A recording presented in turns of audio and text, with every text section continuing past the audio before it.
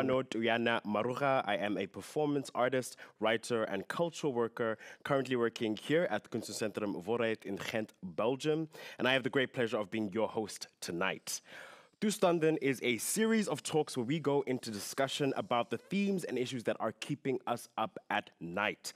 Toestanden is a partnership between Kunstencentrum Vooruit, Massareil Fonds, Victoria Deluxe, ACV Gent Eeklo, Woem VZW, Oikos VZW, Hartboven Haat Gent, and Graffiti VZW. And in this edition of Toestanden, we will be engaging the topic of everyday resistance to environmental racism. As we move closer to, as a global community, to the edge of climate and system collapse, we begin to see in real time how communities that are plagued by a proximity to precarity are the first to suffer the consequences of our unequal systems. Black people, indigenous people, people of color and culture, and people of the global south are made particularly susceptible to the consequences of climate change and system collapse. And with these horrifying displays of everyday ecological racism so firmly in our view, what are and could be our strategies for everyday resistance? Tonight, we are joined by three inspiring activists, thinkers, cultural workers working in different yet parallel ways at the intersections of anti-racism and climate justice movements. They are Sara Cordovez Lopez, a Colombian youth from Abya organizing actively within Extinction Rebellion Youth Solidarity, and the WTF-WWF, What the Fuck, Worldwide Fund for Nature campaign, Omar Jabari Salamanca, a research fellow through the National Fund for Scientific Research based at the Free University of Brussels, specializing in matters relating to the colonial occupation of Palestine, and Mesli Joali Rodriguez Aguilera, an assistant professor in Latin American and Latinx studies and anthropology at Lake Forest College and a member of the Decolonial Feminist Network in Mexico. Before we get in touch with our speakers, a little bit of housekeeping. We foresee a conversation of roughly 1 hour 30 and 2 hours. We once again thank you so much for your patience and being able to join us in the link that was prepared after the first link. So thank you so much for your patience. And first, we will be hearing from each of the speakers for roughly 50 minutes each. They will be presenting either presentations or talking about their practice, situating themselves in relation to the subject matter of tonight. Then we will go into a panel discussion of roughly 30 to 40 minutes, followed by a Q&A of roughly 15 to 20 minutes. For the Q&A, you can put the questions that you may have in the chat function of the Vimeo platform, from where we will read out your questions here in the studio.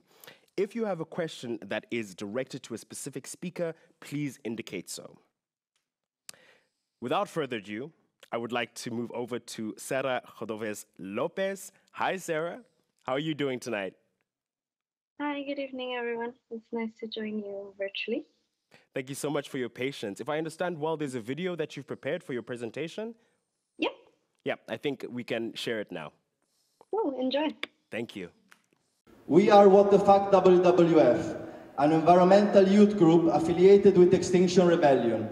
Countless communities across Africa and Asia are being violently evicted by the eco-guards that WWF trains, equips, finances and supports, and by WWF's conservation partners. And these are not just a few bad apples. These abuses and evictions are systemic. They are integral to the model of fortress conservation that WWF supports all across the world.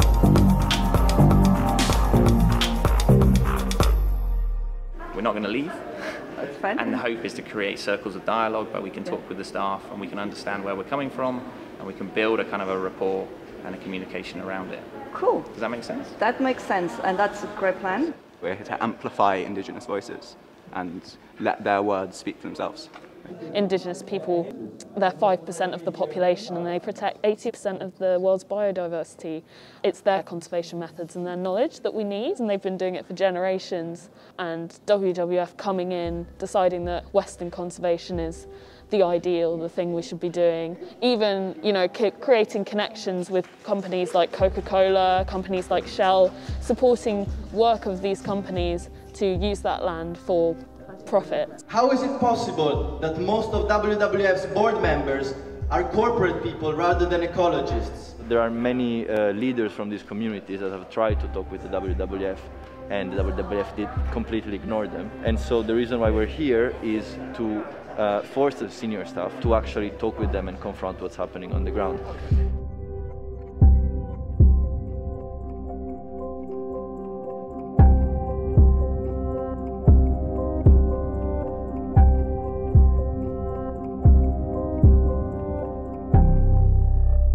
They have not been listened to for so long, and you cannot do direct action in such an easy way in Tanzania and Kenya, and that's why we're coming here. We've made public statements and will continue to make public statements that of course we would oppose anything and anywhere where free, prior, informed consent is not being applied. WWF made great policies about indigenous peoples, or the policies, or the public relations are spot on. Unfortunately, we work with various indigenous groups that right now are being evicted. There are 2 leaders from Tanzania, 2 leaders from Kenya, and 2 leaders from Cameroon. And so we are happy to set up a Zoom call for you to have a conversation with these communities that are basically ready to speak with you. And to be clear, I'm not going to be doing that today. We were not asking them to speak on behalf of other countries or other officers. If there isn't anything further that you wanted to discuss with us today, then I would politely ask that you leave at this point. I just want to be clear. You've been given a direction to leave now, if that's right. So currently the team is locking on for all the people that are willing to be taken in, and we'll just have to be removed. So why are you so resistant in even engaging on the subject of indigenous dispossession? We've told you we're not going to do that bit. So. They are actually pursuing policies that will just lead to more and more exploitation of the planet, of people, entirely for profit. WWF! WWF! What the fuck? What the fuck?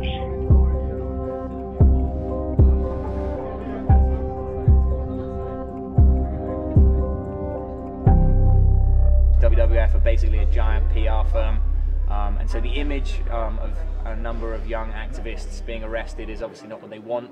So we're attempting to use that to bring them back to the table, to face the truth of how colonial conservation affects people across the world. This is a brave action of an internationalist solidarity collective of young people to expose the criminality of so-called conservation being malpracticed. Our partners have formed a representative organization of indigenous people across Cameroon, which is Babandi, and they made this declaration on conservation and human rights, which has been completely ignored by WWF. I do believe that most people who support WWF really want to do what's best for the planet, and that is to support indigenous people. So if we show what it really does, then I think people can make informed decisions about what to do with their money. Maybe the people that volunteer to work here, like maybe they don't know what's really happening.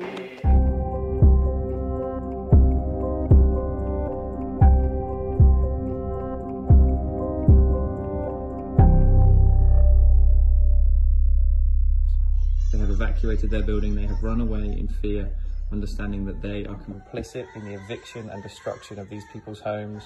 And yet for now, what you can see is that there are empty seats, empty hearts. We are doing this live stream on the day that the IUCN conference starts, when the 30 by 30 plan will be discussed. The proposal to make 30% of planet Earth a protected area, a proposal that could quite possibly become the biggest land grab in the history of the world. So we are leaving, but we are leaving with our heads held high. We are leaving to regroup, to regather. We stand in solidarity with you, our partners across the world. Thank you, huge love. This campaign continues. And so finally, what the fuck, WWF?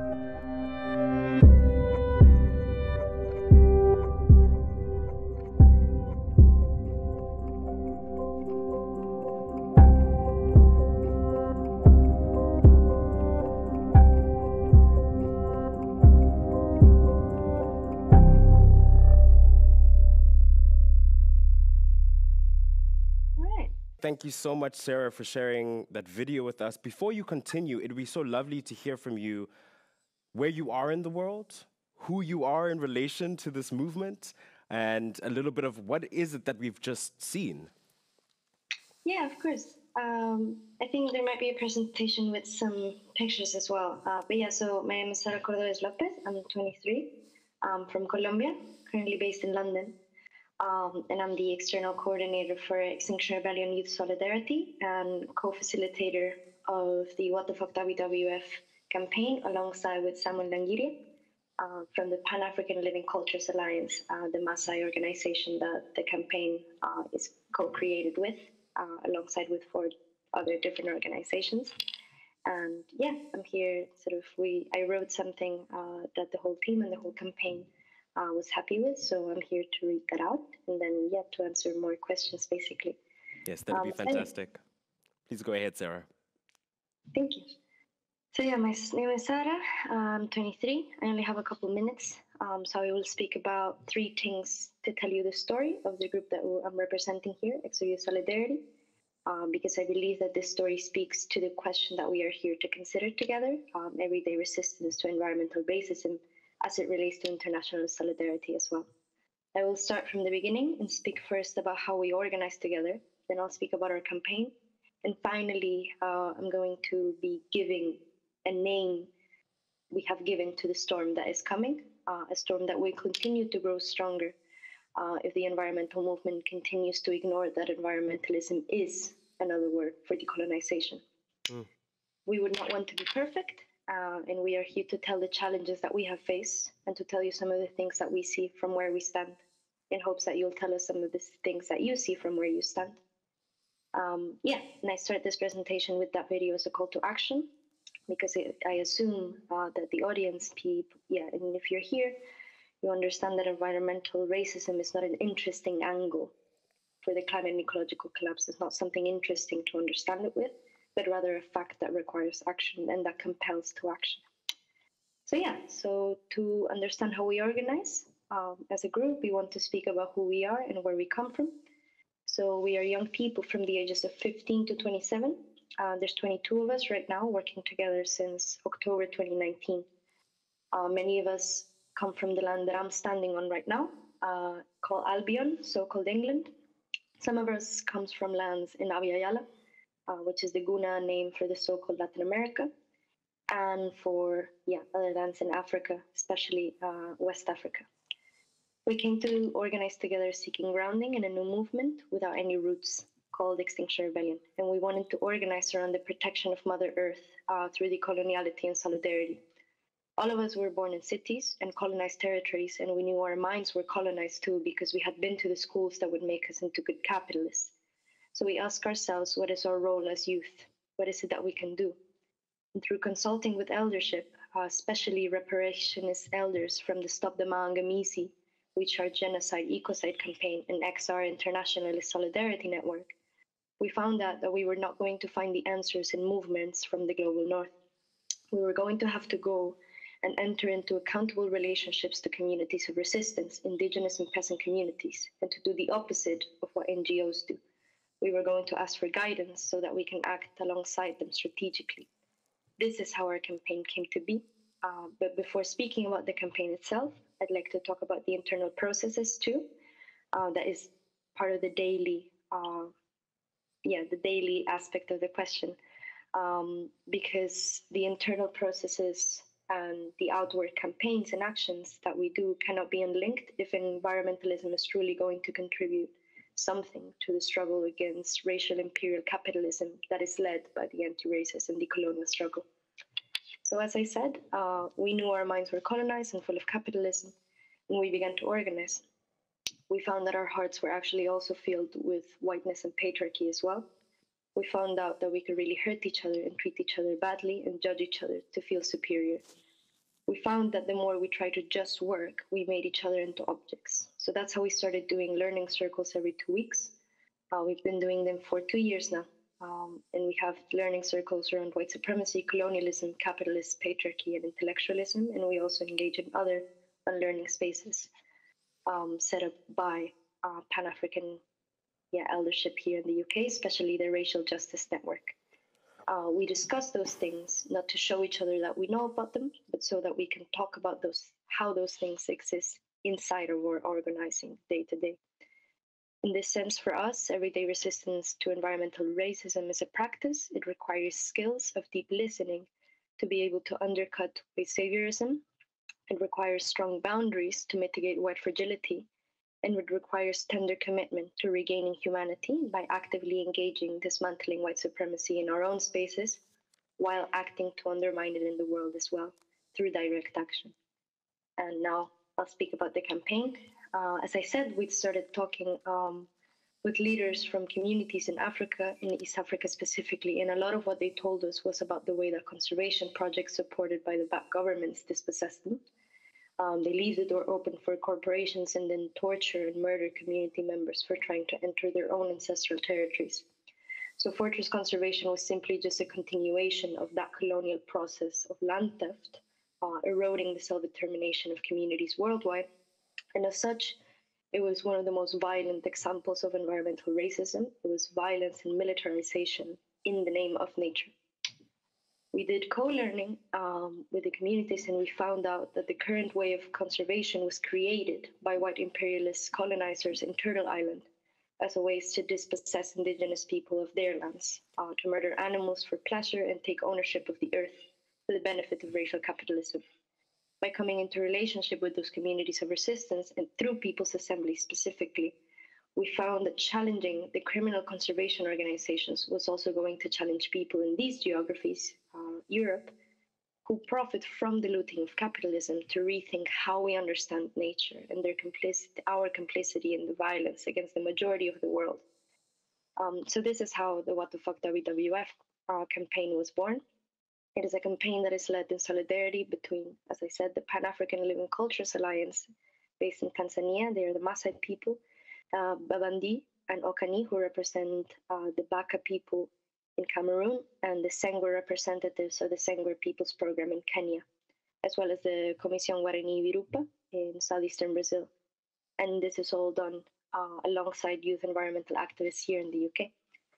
So in this sense, for us, day-to-day resistance to environmental racism was grounded in tangible solidarity, not as an interesting thing, not as a way of analyzing the problem, but as a way of grounding our activism and our organizing in ways that challenged us and made us grow. The role of action learning here for us was central as critical pedagogy of daily practice. So we do direct action, like the occupation you just saw, based on learning, and embed learning during and after the direct action. An environmental movement that does not center the role of learning has no tools to actively undermine whiteness in any way that is meaningful to communities of resistance across the global south.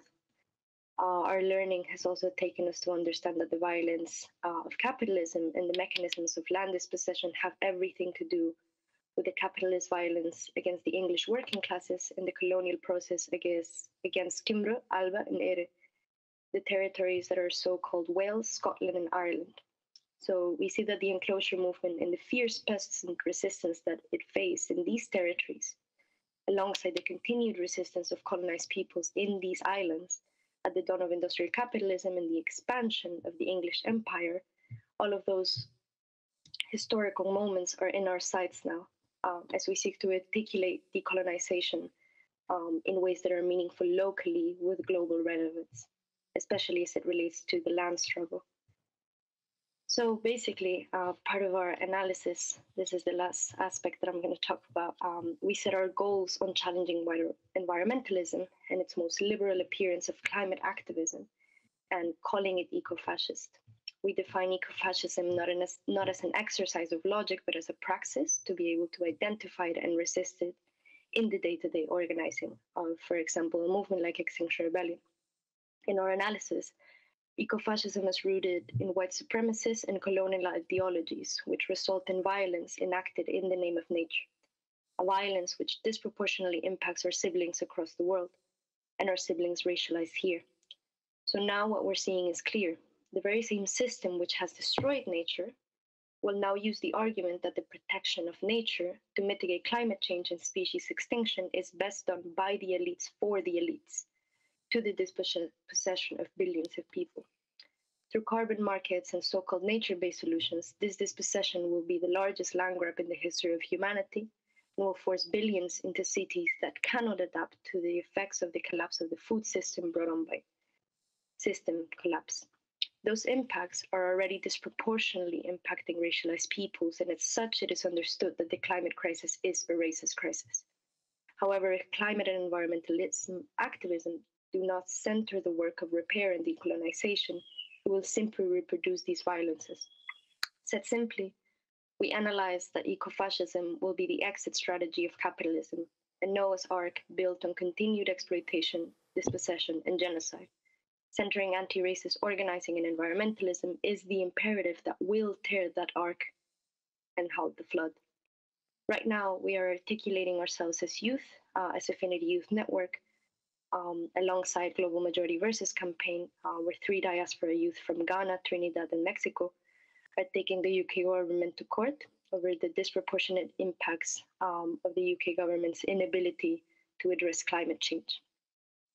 And alongside the Radical Youth Space for Education based in Stroud, a learning space led by youth to ground the youth activism here in the UK in radical learning. So what we've tasked ourselves to do is to fight ecofascism effectively alongside our siblings across geographies and calendars, committed to the work of decolonization, committed to each other fundamentally in our accountabilities with communities of resistance everywhere. Right now, for example, the Maasai people of northern Tanzania and Loliondo and Ngorongoro are facing the eviction of 167,000 Maasai, effectively enacting cultural genocide that is for the benefit of elite tourism and trophy hunting. These are a couple call to actions to act on the struggle right now if people would be interested as well. So to finish, let me say that the last chapter is still to be written, and we trust that the title must read Internationalist Solidarity as a way to enact anti-racist environmentalism in a way that is accountable to the global majority, because our shared liberation through revolution can only sustain itself if we work together. Thank you for listening, an honor to be here. All my relations salute you. And that's it. Sarah, you took us from the beginning, over the finish line, from the past to the present, into the future. Your analysis is absolutely astute, so on point, so heart-led, so intellectually rigorous. I'm so moved in this moment. I'm overwhelmed by the rigor that you've presented and the generosity that you presented to us tonight. I'm really so appreciative that you've been able to join us tonight. And I wonder, as someone who is relatively within human years, so young, 23, how is it that you arrive at this level of articulation, of articulatedness in the struggle? What is the kind of the jumping off point for you that brought you to this point of rigor, of activism, of engagement, not just intellectually, but really with direct action, with your body? Is that something that you can share with us?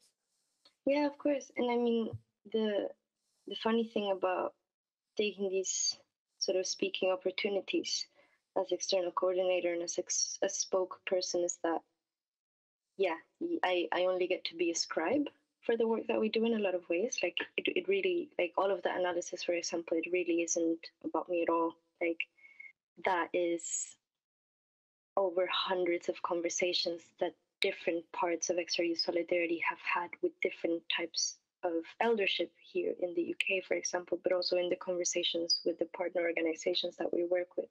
So in a way, what I just read out is just that collage and that knowledge web that I'm humbled and I'm honored to be the scribe and the spokesperson for, but that it definitely has nothing to do with me as an individual, in the sense that it doesn't come from my individual sort of genius or whatever, but only that I get to be here in service.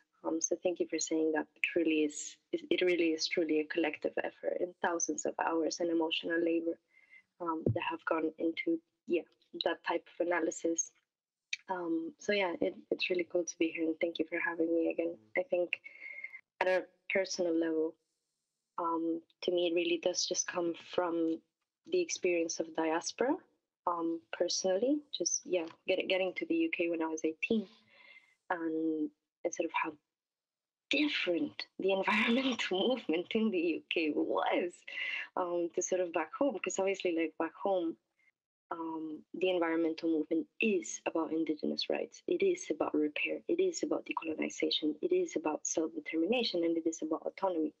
And here I just saw people like talking about emissions, and I was like, what? And like I'm a geographer, like I understand the importance of like bringing the science into it, but like surely not. Like like a level there of like cognitive dissonance that I think is an experience that a lot of young people go through, because you go through the education system that tells you what to expect out of your life, basically, and the fact that, yeah, for example, studying geography or something like that, you get to a point where you actually realize that that dream that the education system has taught you, that's not going to be the case at all. And you're going to be one of the first generations that actually faces this level of destruction, this level of system collapse, if you don't actually figure out what to do about it in accountability to your own generation, right?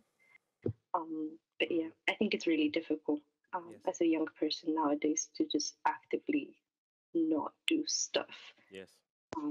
It shows that it needs to be accountable stuff. But yeah. Yes.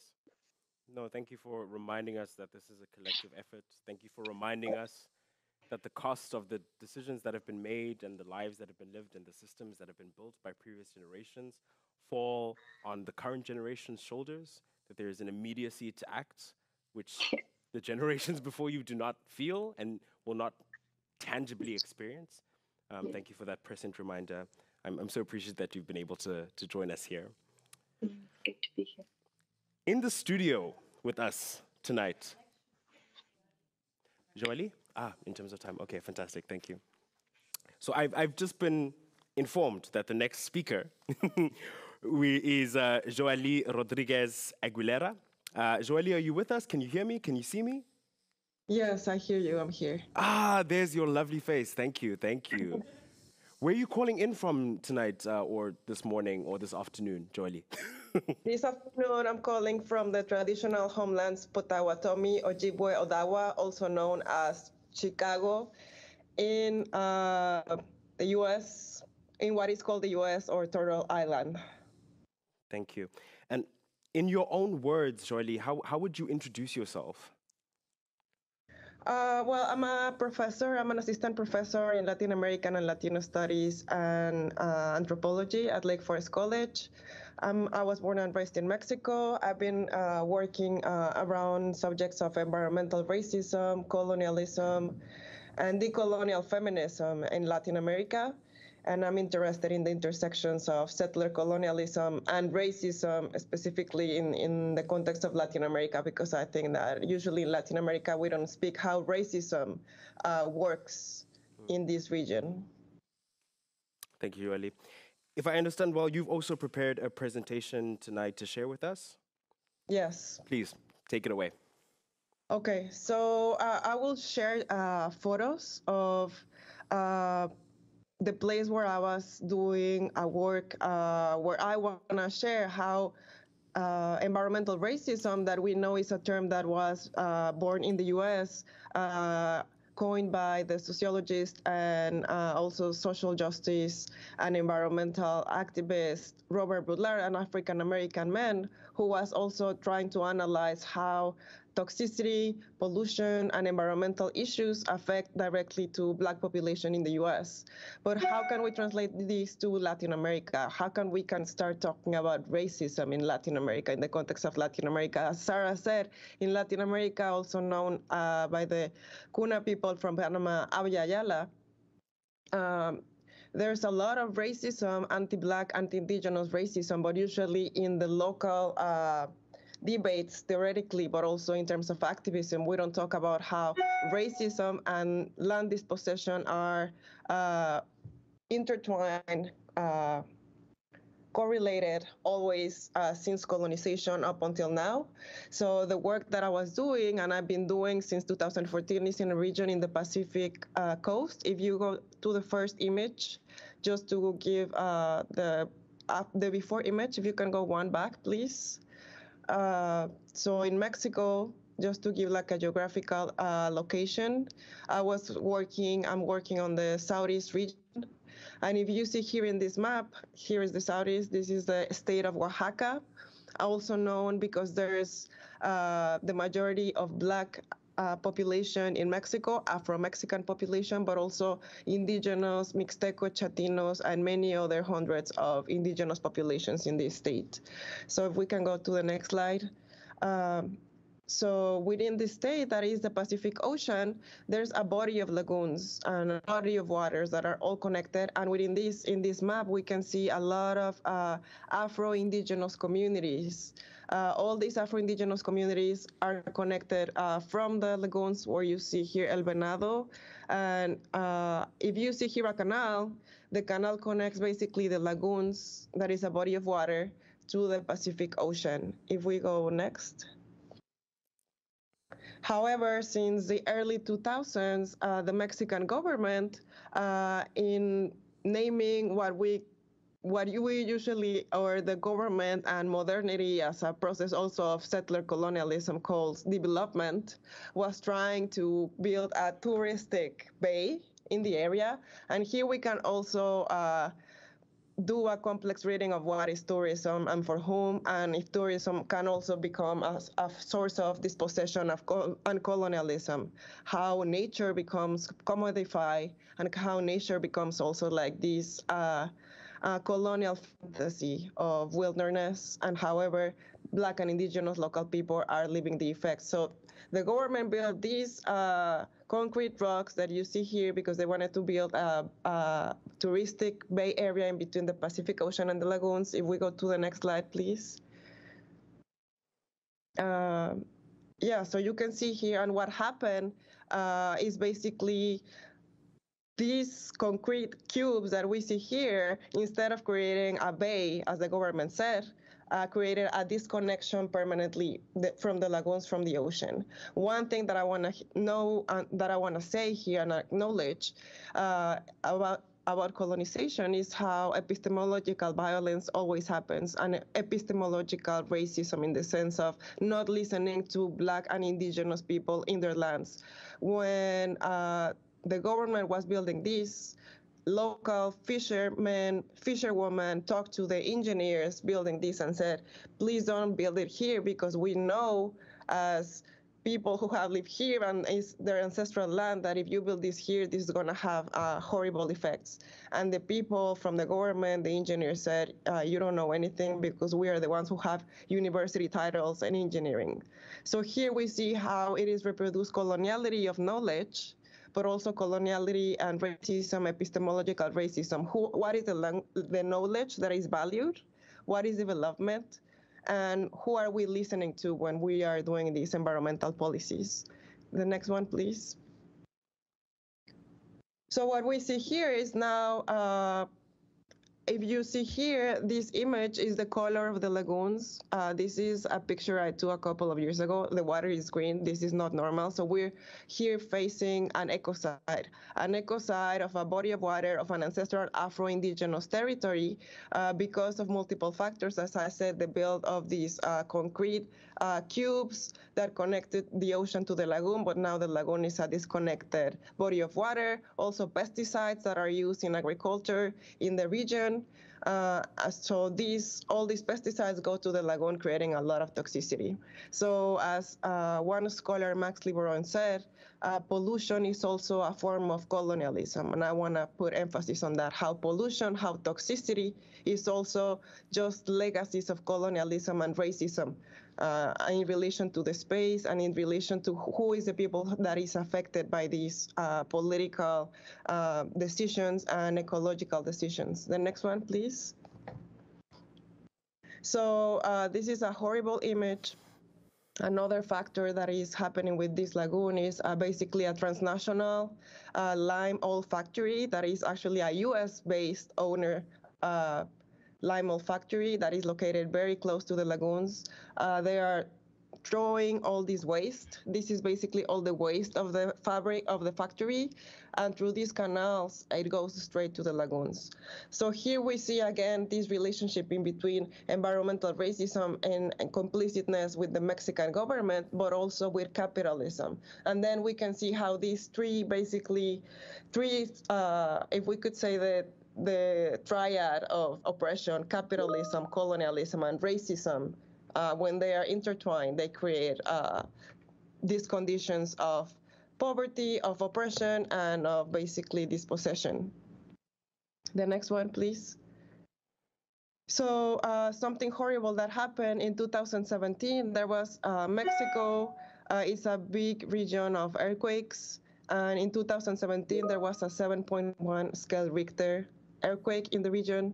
A lot of Afro-Indigenous communities were affected by it. However, no one talked about this local effect to the lagoons and Afro-Indigenous territory, who also speaks to why are we not speaking about certain histories and why Afro-Indigenous territories are being silenced in a so-called multicultural nation such as Mexico. This photo is basically after the earthquake, 2 days after the earthquake. Tons of fish appear dead, floating in the lagoons. People say that this is because the toxic gases that were in the subsoil of the lagoons with the movement of the earth came to the surface, killing tons of fish. But what happens in Afro-Indigenous communities that live primarily from the lagoons? Because there's an intimate relationship to the land, and this is another thing about thinking of decolonization is not thinking of nature versus human or culture versus human in Enlightenment European ways, but how between Afro-Indigenous communities and the lagoons, there's spiritual relation, there's a sense of kinship with the water, there's a sense of feeling, people are grieving in the sense of ecological grief. So there's intimate relationship besides economic and social and political consequences. So when people saw this, it was not only it would not only mean that they would not have food for weeks. It would not only mean that they would not have work to fish. It would also mean that people were actually feeling really sad and a lot of rage because of the loss and the slow death, because that's what we're thinking here, how slow death is happening in to this region. The next one, please. So what are people doing? In the end, Black and Indigenous populations in the region are organizing. They have gone to Mexico City, the capital of the country, to the capital of the state, to demand for basically solutions. Nothing has happened yet. It's 2022. Even the case was brought to the Inter-American Commission of Human Rights in 2018 as a case of environmental racism because of how it affects Afro-Mexican and indigenous populations. There were made some recommendations to the Mexican state. Nothing has happened. But what I want to say here is also how Black and indigenous women in particular are doing care for the water and for the lagoons. In this picture that we see here, fisherwomen are basically trying to clean another canal, and they're trying to clean the water from pollution and from dead fish. So also I want that if we think of environmental racism, how can we think of anti-racist environmental policies, but also actions in the everyday life? How, if we think a relationship of care, of love with the land and kinship, women, Black and indigenous women are creating the reproduction of life. How do you take care of life in the everyday life? And of the kids and of the community and their families. The next one. And yeah, just some images of the day and very regular images of fish dying and the ecocide. If you go to the next one, there's gonna be just photos that I took in regular days, any other day, of how I was trying to document the slow death of these lagoons, of this body of water in ancestral Afro-Indigenous place, and the color of the water that is an eerie color. And this is just one example of dispossession of Black and indigenous territories in Mexico. So what I'm arguing is that also Mexico is a settler colonial state, and that has dispossessed populations. And in Latin America, there's also racism. There's also white elites. There's also mestizo elites. There's also racial segregation in spaces. So we have to start also being critical in our own, even third world countries, that I'm all against that term. But even within here, there's internal colonialism. And that would be all. Thank you, Jolie. Just like Sarah, taking us from the beginning to the present to over the finish line, reminding us. I wrote down here something that you said about Black and Indigenous women protecting the reproduction of life, making that specific acknowledgement to who it is that the reproduction of life on this planet rests on the backs of. Thank you for that reminder. And as well for complicating our perception from the West of these so-called third world regions that, like you said, are perceived through this colonial gaze of being these wide open vistas where everyone is in touch with the land and everyone is protecting the land. And this is not the case. We are all humans, we are all fallible, and we are, as Maria Lugones says, crossed by the colonial difference. And we are also complicit in what is happening all over the world in terms of the dispossession of Indigenous people, even as Indigenous people. So I really thank you for that complexity and complexifying this conversation in that way. And if I have it right, you are also in the process of penning your first book, Grieving Geographies, Mourning Waters, Race, Gender, and Environmental Struggles on the Coast of Oaxaca, Mexico. Is that correct? Yeah, it is correct. Amazing. When can we expect that book to be coming out? Well, I'm working through it. I'm doing some edits. I already have a contract with University of Illinois Press, and I'm really, really excited. But I think in the next 1 or 2 years, it will be out.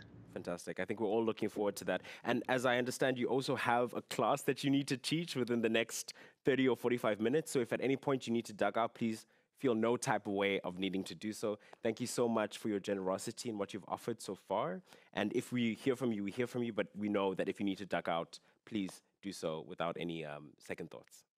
Thank you so much. And actually, the class that I'm teaching is Gender and Territory in Latin America. So, and we are discussing all of these issues that we are talking here now. Fantastic. It's like a pre-prepare. Exactly. Our final speaker, but no means the least speaker, who is joining us here in the studio under the very heavy studio lights, Omar Jabari Salamanca. How are you doing tonight, Omar? Good, compañero. Thank you for having me. Really pleased to come after you, Ali and Sarah. And thanks also to the organizers, to Mira and to Marike and Vorat and all the organizers. Yeah, thank you so much for joining us, and thank you so much for the generosity of your time. I know we've run over what we expected to, but we are very appreciative for your generosity. So Omar, in your own words, how would you introduce yourself and how would you introduce your practice? I'm also a geographer, and I'm currently a research fellow at the university. I've been doing a lot of work on Palestine, and particularly thinking about questions of space and territory at the intersection of settler colonialism and racial capitalism. And I've been particularly looking at questions of urban infrastructure, big infrastructure projects, and not so big infrastructure projects, and use that as a kind of like an entry point to look at, you know, these larger questions. I'm an organizer. I love to organize. I've been organizing for more than, for about 2 decades, and all sort of different things. A lot of it always trying to bring the university out of itself towards the outside, or bringing the outside towards the university.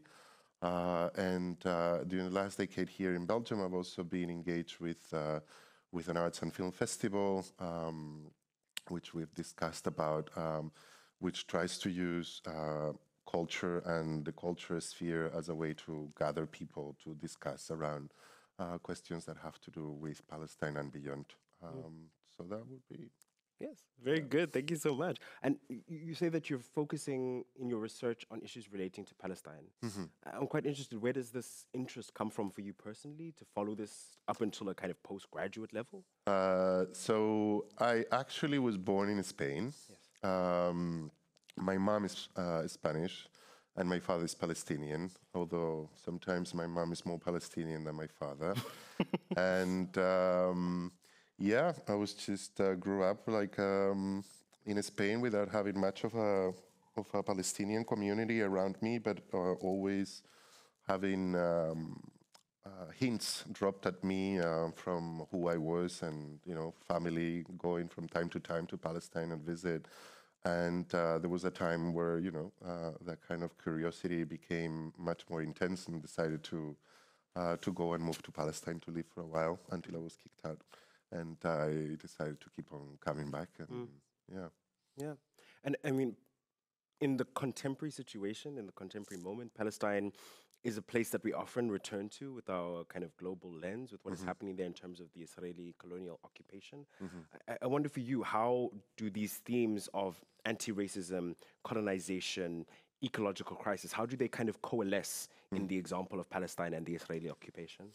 I mean, I think, if you take Yoali's presentation, you would see, but also Sarah's kind of conceptual framework, Palestine would be one of those cases where you get to see all of this. I think what, for me, has been very formative is to try to, think historically about these questions, but also using things like settler colonialism that, as a paradigm until recently wasn't so used, especially after the 1990s and the Oslo Accords. And so I think like discourse and narrative is fundamental for how we're able to enter into, a particular field. And so, in the Oslo Accords, which is my generation growing up with something called a peace process, you think that there is, a peace process that opens up a future of peace. It's like, again, we've heard about these divisions of the political and the economic, the people and nature. But I think that also applies to this idea of war and peace, as if you could draw a line where, war finishes here and peace begins there. Especially we see that with Ukraine these days. Many speakers and people saying, well, this is the first time that we have, such a war in Europe since the Second World War, forgetting about Yugoslavia inside Europe or forgetting about many other wars that have been non-stop, whether colonial or not. And so growing up in the 90s in that process, there was this sense that, ultimately occupation might end at some point, and there was some peace agreement that, would do that. But settler colonialism enabled the possibility of putting Palestine in a very different realm, not only in terms of space, seeing all Palestine and not, fragmented bits and pieces, but also in time thinking about, the history of Palestine before 1967, before the early 1900s. And more importantly, I think what was key was to begin to see Palestine in comparative perspective with other cases in Latin America, in Africa, in Asia. And so, for me, I guess the point I was trying to make, settler colonialism, racial capitalism are terminology that enables you to begin, seeing what happens in a context like Palestine and how that might reflect or might not, because obviously you cannot just directly translate all these questions into the conflict or into a context like Palestine. Race has a very different genealogy and trajectory than the ways in which it circulates in the US and how, the US has been profoundly entangled with certain forms of slavery in the Atlantic, whereas, that genealogy of race needs to be understood and is still being, developed and studied.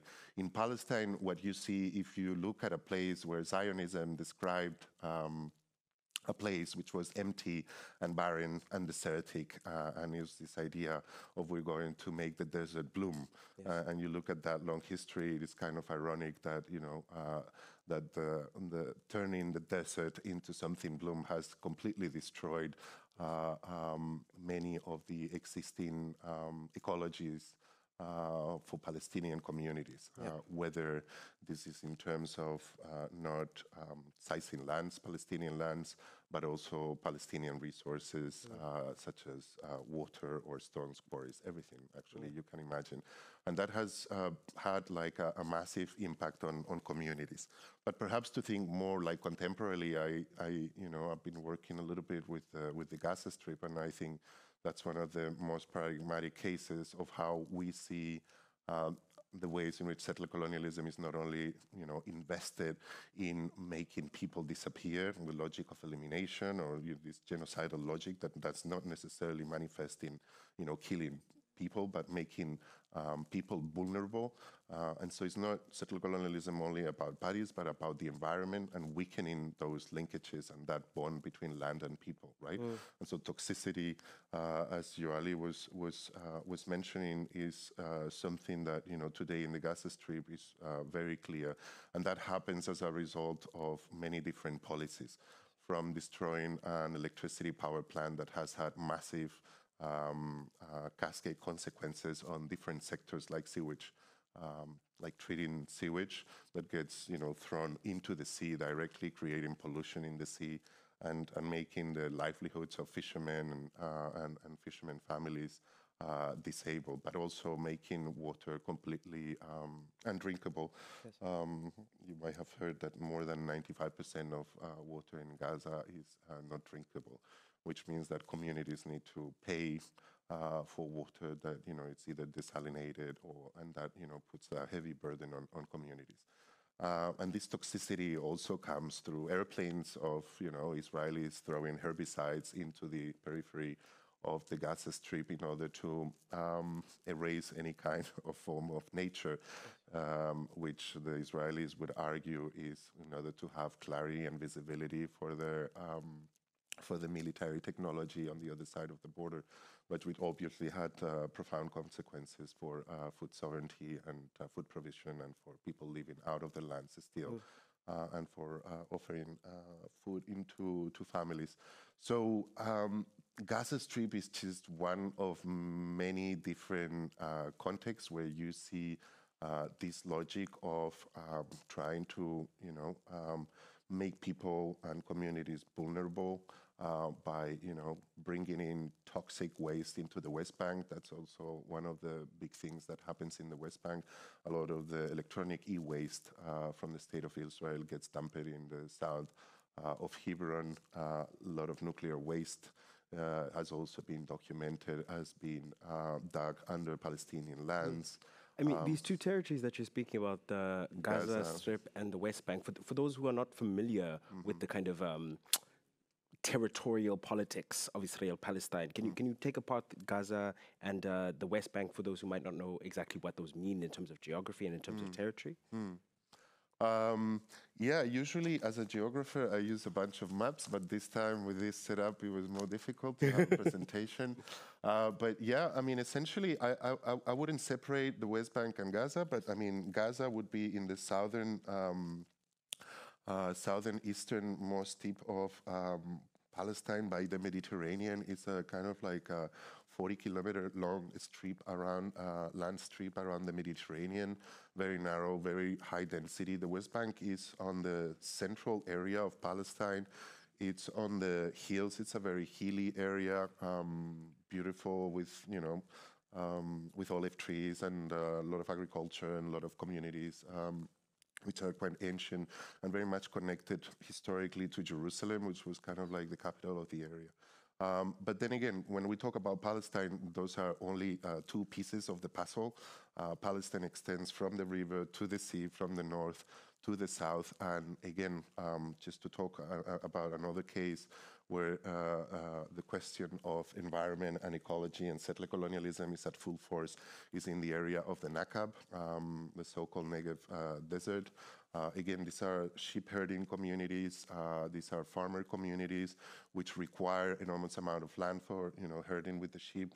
They've been facing a lot of backlash from Israelis, from the Israeli state, denying access to land, which means that they cannot have enough food for their sheep, which means that then they need to buy food, which makes the animals more unhealthy, which means that communities end up being in debt.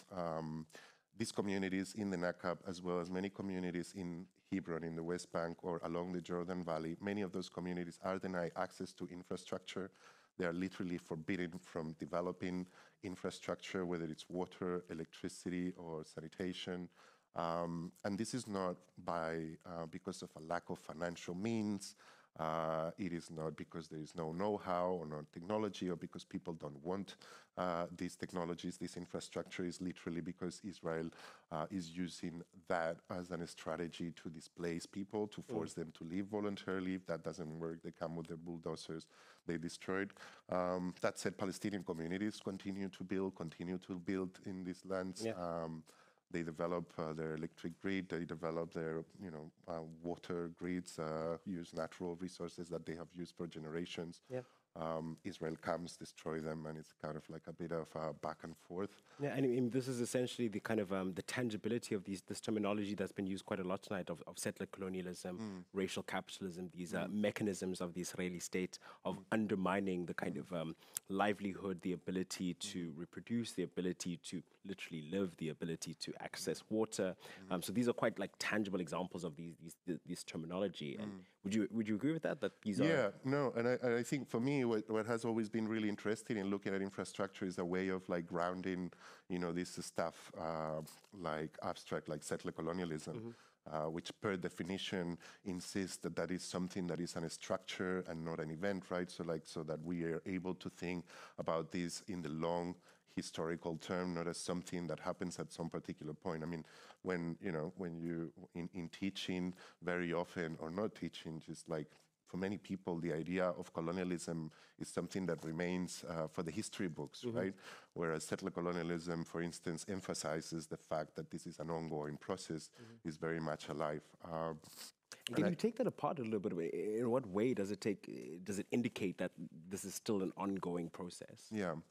So, I mean, I think generally settler colonialism emerges as a way to make a difference between classic colonialism.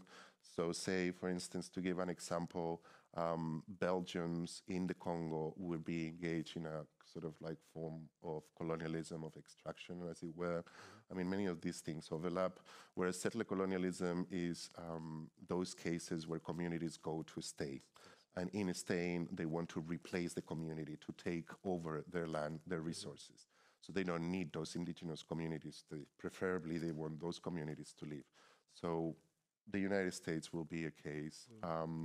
Australia would be a case. Palestine is a case. Algeria was a case, an unsuccessful one at that. South Africa was a case of settler colonialism, right?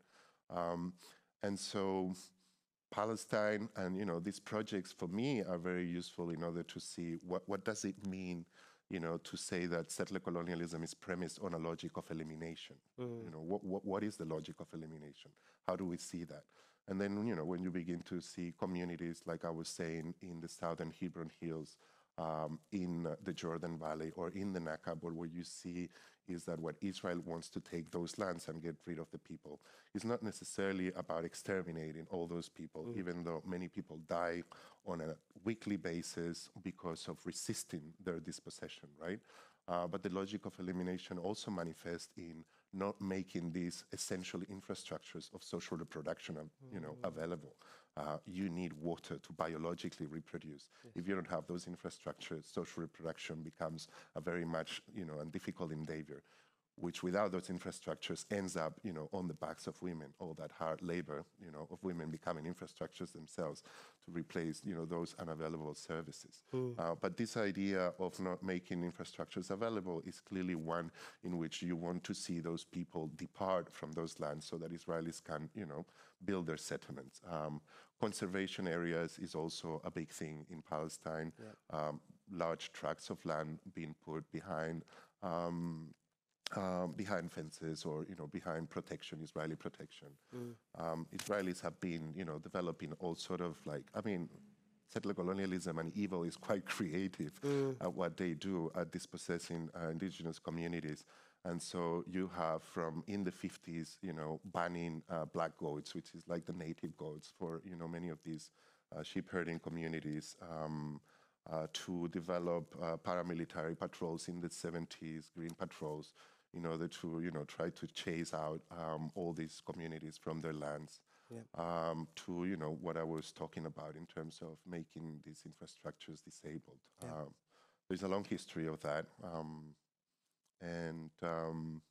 Yeah, I mean, within this long history, because I know that you're working with the a film festival and art festival, specifically speaking about the situation in Palestine.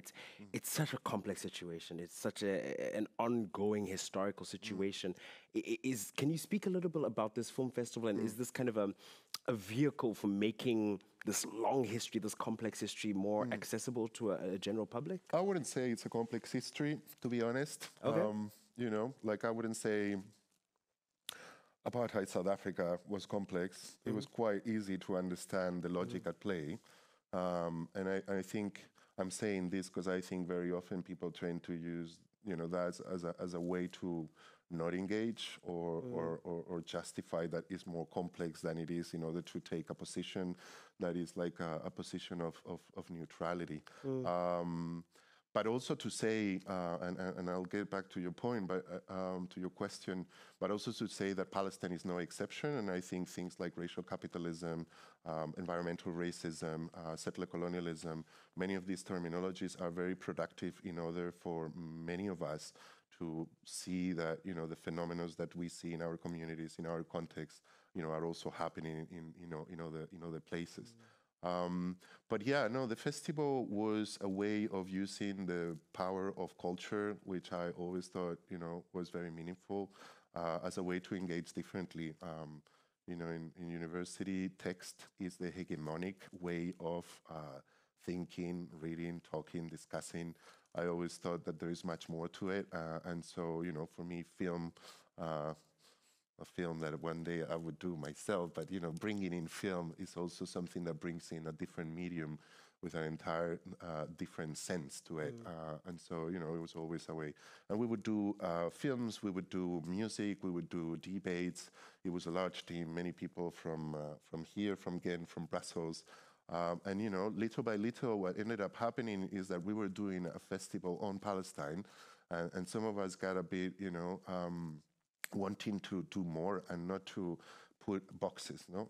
This idea, again, of this modernist settlement of we separate people from nature, the politics from economy, and we do Palestine's only on festivals only on Palestine. I also thought it was a way, in a way, to put a box around Palestine. And so we began thinking about how can we use this, you know, festival in order to try to bring different histories of a struggle together, weave them. And so we did here in Ghent one in which we were bringing together Black and Palestine solidarity, thinking about those histories, because, you know, at the end of the day, a lot of the work that we're doing today has already been done, maybe not exactly the same, but it's a way to recover those, you know, those histories that precedes us, and, you know, talk to our elder, bring in people that had, you know, different experiences and perspectives on those histories, and to, you know, and to have us, the youth, to engage with that.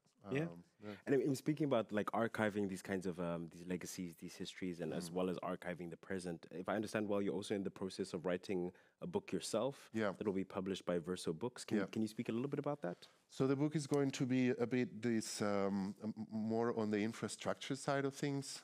So it's going to deal with that work of bringing together different historical and contemporary cases. And it's interesting because what has been happening to me during the last 3-4 years, obviously because of the influence of how people are thinking and talking about things. But, you know, I was always very fascinated and interested in understanding the mechanics of settler colonial capitalism, right? And I think that is very important. But, you know, doing work and doing more historical work, I've also started to encounter indigenous infrastructures themselves, as it were, whereas I was looking very much at, you know, Israeli electricity grids, Israeli road networks. What about Palestinian infrastructures? Is it that, you know, the British landed and together with them the Zionists, and that was that, and, you know, they developed infrastructure, and Palestinians were, you know, always on the margins of those processes of, you know, urban modernity, as it were.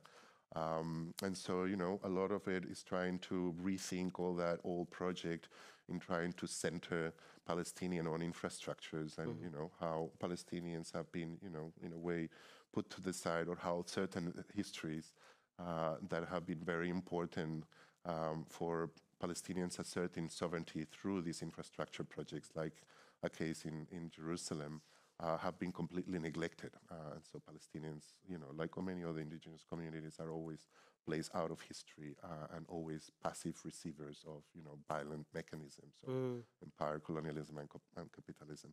So the book tries to, do a little bit of that, bring all that material together, looking at different contexts, and trying to bring different regions of Palestine, not just the West Bank and the Gaza Strip, as a way as well to break those colonial boundaries that have become so, consolidated, and makes us think about Palestine only, through the West Bank or Gaza, but not anything else. And I think the last uprisings, April, May, in Palestine were very important in order to demonstrate that Palestinians, in spite of all of this, are still there.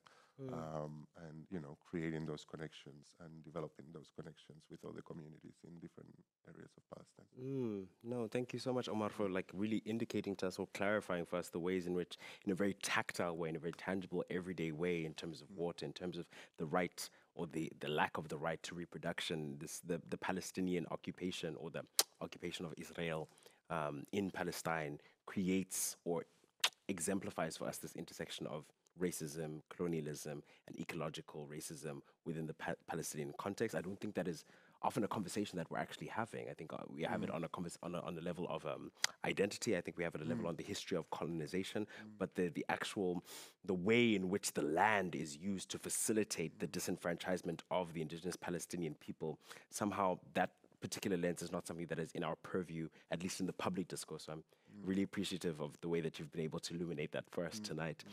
I wonder if there have been any questions. Yes, we have a question in the studio being delivered by Marika de Munk. Please take it away. I'll take it away. It's a question from Lore Koolaert, who's watching Toestanden from home. So she says, thank you so much to all the speakers. My question to all of you is, can you translate environmental racism and the need for repair and decolonization to a city such as Ghent? So how do you bring this to the local context? How do you bring this to the local context? One way in which we can bring this to the local context, for those who are listening at home, we do have a local edition of Toestanden, which is held in Het Nederlands here in the Vooruit tomorrow evening. So if you would like to come and hear local activists who are engaging on these issues, you will be very welcome to engage on that here. But maybe for Jolie, for Sarah, the context of Ghent is a little bit that it is somewhat a kind of provincial town. It has a history of being an industrial zone for the processing of rubber that came from the Congo. So there is this kind of direct implication in the colonial history of Belgium. But at the same time, it is a city that tries very hard on a political level to engage in the ecological movement in the ways that it can, but is somehow always a little bit disconnected from the international reality. But because Omar comes from so close, based in Brussels, and having worked at the University of Ghent, I wonder for you if there are any insights that you can give us into how these conversations on the level of settler colonialism, racial capitalism are rooted or take bloom in the city of Ghent. I mean, I would immediately be driven to the point you made. I think that, thinking about environmental racism in Ghent or from the Belgium context, it is, good to look at the history of this country in relation to the Congo and see how many raw materials have been extracted and continue to be extracted out of the Congo and pass through ports like Ghent or ports like Antwerp. And so for me, that would be obviously the most intuitive connection. But I think that environmental racism, can be broadly understood to look at other communities that have lived here. I mean, you have Italian workers that used to come to this country as migrants in order to extract all the minerals from the mines in areas like Charleroi and with enormous accidents. Those people had to, were brought in as cheap labor, suffer accidents. Their lives were completely messed with toxicity for a job that, that in a way, Belgian communities were stopping to do, and they were replaced. When the Italians didn't come, the Turkish came, and then the Moroccans came to replace them in the mines or in other places. And I think it is important to see in terms of labor and class relations, who gets what kinds of jobs and who ends up doing. More locally, Ghent University is now giving up on a lot of the care labor that is being done by the most deprived communities, racialized communities, women, cleaning services, all of that, work. So, it's a bit of perhaps of a stretch, but, certainly applies to racism. Environmental racism means that, also means that if you don't have enough means, you're going to not be able to buy, healthier food for your families. You're not necessarily going to be able to live in certain places which, would be near a green area. So I think there are many ways in which we can think about that without necessarily making the international connection and really find it, home in your neighborhood perhaps or nearby. Yeah, most definitely. I think I would love to hear from Jolie before you have to leave us to continue your very important pedagogical work. I don't know if there's a way that you feel that you can make that clear or make that connection with the local context, or in general, how can one make a politic like this, ecological racism, have a local resonance wherever they are in the world? Yeah, I think that if we think that colonialism basically has affected almost, it's a global phenomenon, and as we were discussing earlier, it's also colonialism, as we were talking also, is something that is continuously evolving, changing with time. It not only stopped, it was not an event that just happened in the case of Abya Yala or the Americas in 1493. We continue to see the consequences of it here in Turtle Island of the US, in Europe, toward racialized communities. So who are at the top of the racial hierarchies, and what is the relationship between nature, the space that we live in, and the different forms of dispossession. I think that at a local level, what we can do is, first of all, acknowledge the land that we're living in the ancestral land of indigenous people, of Black people as well. Yes.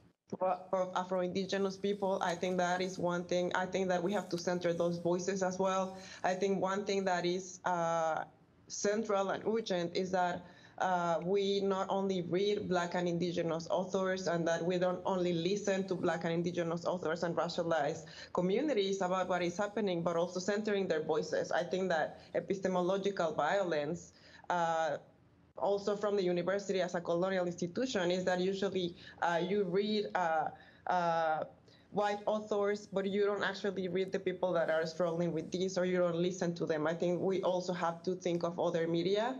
As Omar was saying, besides the writing and the books that also have been valued as the valid knowledge production, we also have to think of oral histories, how oral histories and how through orality, there's also a lot of knowledge that is being produced in the everyday life, not only in terms of colonialism and legacies of colonialism that we see through pollution, through toxicity, through and this logic of elimination that Patrick Wolf would talk about, how these logics of elimination towards racialized communities happen in the everyday life. I mean, even with COVID, right? Like COVID makes us really aware of what are the communities that are being affected. And it is not, again, it is not a coincidence that racialized communities globally are the ones that are most affected. That is another way of colonialism globally, geographically, where are we located? So I think that centering to decolonize and to center Black, Indigenous, and racialized communities' voices is central. Yes. And also to produce knowledges besides the writing word, which is important as well. And theory is also important, but I think we also have to think how embodied theory, how the body as our first territory is also speaking of how when people get sick because of toxicity, because of pollution, the body is speaking, how the body is feeling. The body, if we think the relationship in Guatemala, there's an indigenous woman called Lorena Carnal. She's a theorist, and she's an indigenous woman, and she talks about the relationship between land and territory, cuerpo territorio in Spanish. And she basically says we have a direct relationship, an intimate relationship that is spiritual, is emotional with the land and the kinship. So if we keep following and reproducing these colonized binaries that were created during the Enlightenment in Europe, we will continue to keep dispossessing and feeling like isolated and alienated from nature and the space that we're in. I think that is urgent that we start thinking of the intimate relationship we have in the land, in the everyday life, and to actually talk about an embodied theory, not only through reason, but also through feeling. And I think that's a second step of decolonizing and centering an anti-racist epistemological activism is how are we feeling with all this dispossession, with all this racial capitalism, with all this settler colonialism that is happening all around us. Yes. Like, I think that the feeling, we have to center the feeling, the emotions that we're feeling, because environmental racism not only has socio-political effects, but it has emotional effects, not only in regards to the space, but also in regards to the community and the legacies of colonialism. Yes. Like, who are the people that are grieving? Who are the people that are having ecological loss, but also ancestral, intergenerational ecological loss? And it is, again, not a coincidence that is usually racialized communities. Yes. And I think that's such a prescient point. And I think on that point of the body and remembering the body and remembering the body's connection to the land in a place like this, never forgetting that indigeneity does not only exist in the global south, but we are also indigenous to this place, and understanding what that means here. So not continuing the exoticization of the global south, of the east, but knowing that there is a way that we can be indigenous to this place and in this time is something that is very important to remember, and to know that there are communities, there are individuals, there are people that are working on remembering the histories that belong to this place. There are people like Silvia Federici, who is inviting us to re-enchant the world and to remember the burning of the witches that took place here in the 1400s as a prototype of colonialism before it was exported to the global south. So there are histories that are linked to this place, and we do not look far, but we can look here. I would love to hear from Sarah, if Sarah is still with us. No, unfortunately, Sarah had to leave due to the...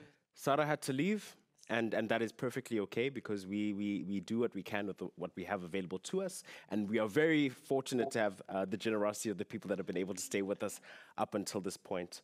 I think what Omar and Joali have left us with is extremely powerful.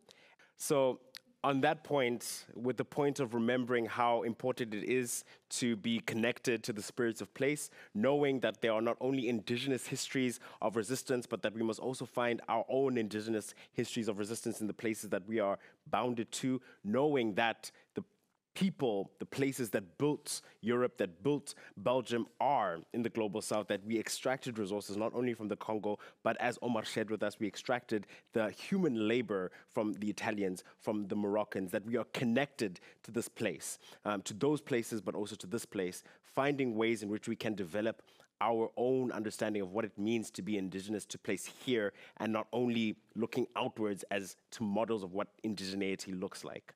And I believe that tomorrow evening we will be having a live session here in the Voret with local activists who are working at the intersections of anti-racism and ecological crisis. And if we are looking for examples of people that are local to place, that are trying to make this knowledge situated here in Ghent, in Belgium, that would be a fantastic place to start. But at this point, I would like to give a huge thank you to Omar, Sarah, Joali for sharing your abundance of knowledge with us, being so generous with us here in the studio.